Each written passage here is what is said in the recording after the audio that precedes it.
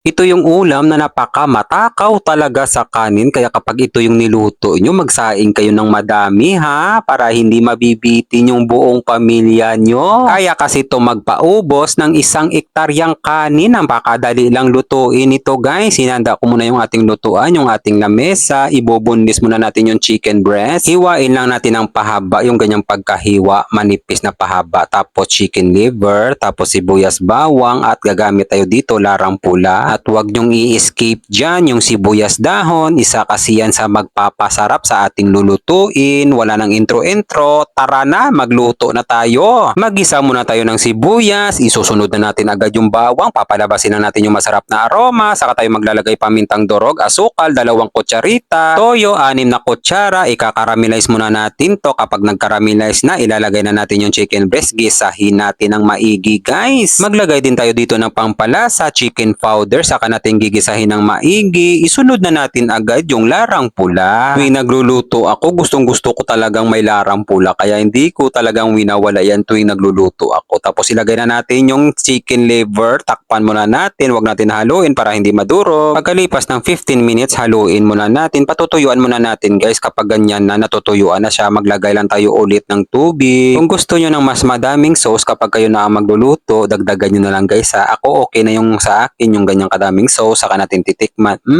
Napakasarap naman talaga guys. Maglagay din tayo dito pang palapot, yung ganyang lapot lang guys. Oh, napakasarap na talaga yan guys. Nanunuot na talaga yung lasa niyan. Tapos sa pinali, maglagay lang tayo spring onion. Napaka-aesthetic naman talaga.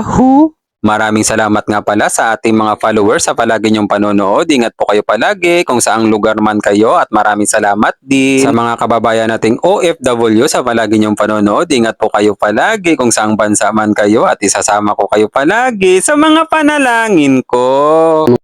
God, maraming salamat po sa biyaya na binibigay niyo sa araw-araw. I-bless niyo po yung food na maging silbing lakas sa katawan namin. Amen. Kain tayo guys, kain Pinasa yan. Sarap niyan guys. Para sa inyong lahat. Sarap. Yun ang pinaka-sauce niya.